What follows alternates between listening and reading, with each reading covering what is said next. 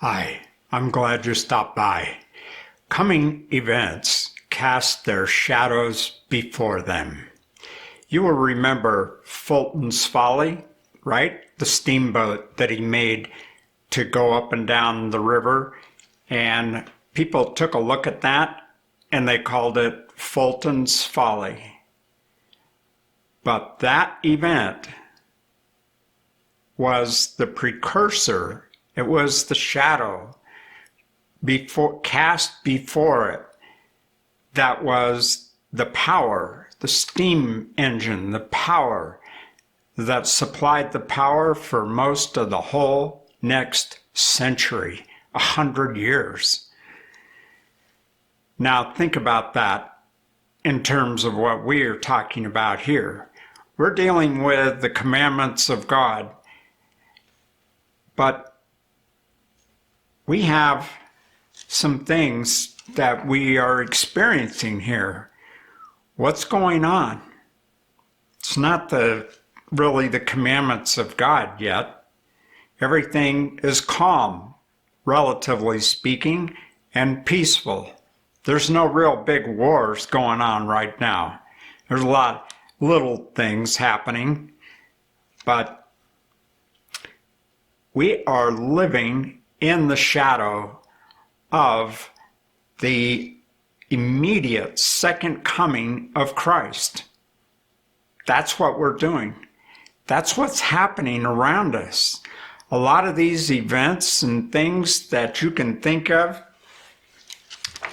they are the shadow of Christ's second coming.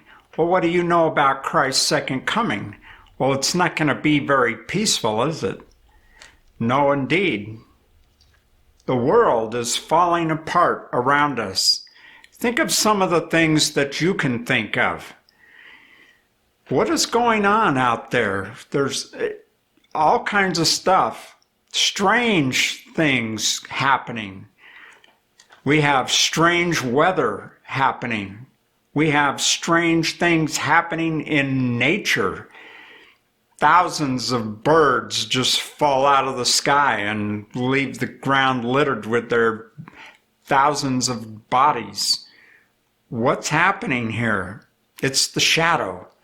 It's the shadow that is coming closer and closer. You know, the closer you get, as you follow that shadow, the more intense it is. It's more well defined.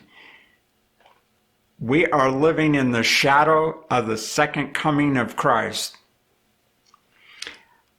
I have an excerpt to read to you. This is from Spirit of Prophecy, Volume 1, page 82. And it reads, talking about volcanoes and earthquakes. And it says, these wonderful exhibitions will be more numerous and terrible just before the second coming of Christ and the end of the world as signs of its speedy destruction. We're in the waiting, watching time now. And what is that? What's happening here? Being in the shadow, being in the waiting, watching time, a lot of things are pretty calm, but there's a lot of things that are not so calm, and it's like everything is on edge. Do you get that feeling?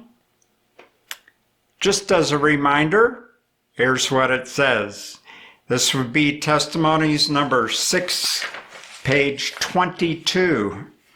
The conflict is between the requirements of God and the requirements of the beast. The first day, a papal institution which directly contradicts the fourth commandment, is yet to be made a test by the two-horned beast.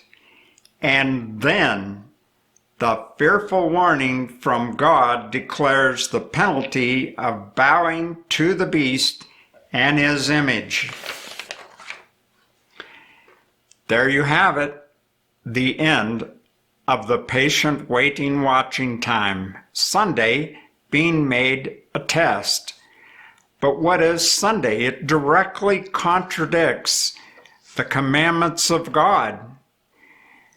Now, I'm not listing off and reading the commandments.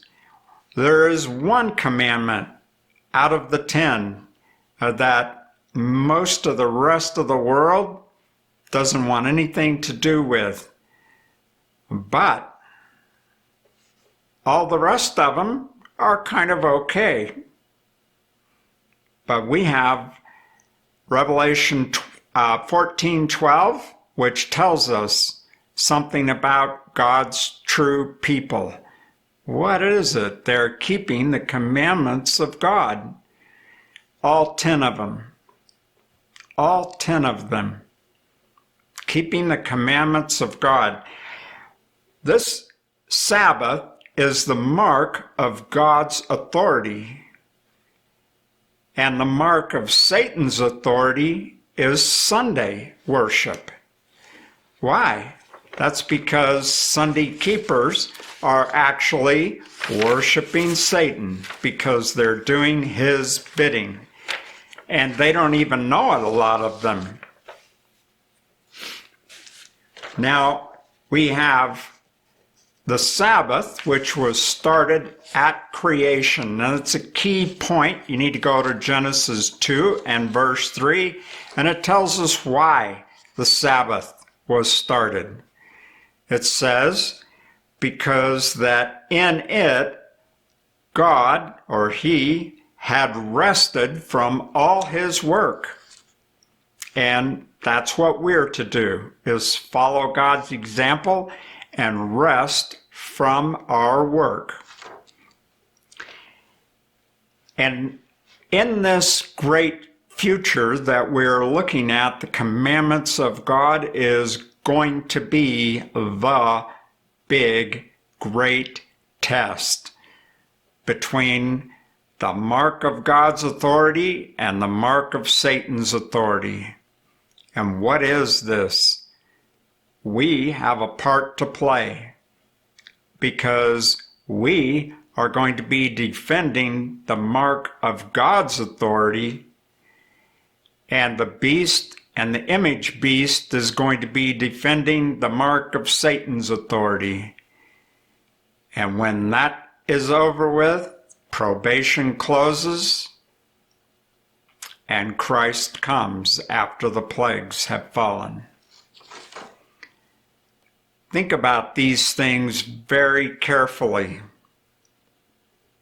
Here are they that keep the commandments of God, because no one else does. God bless your study.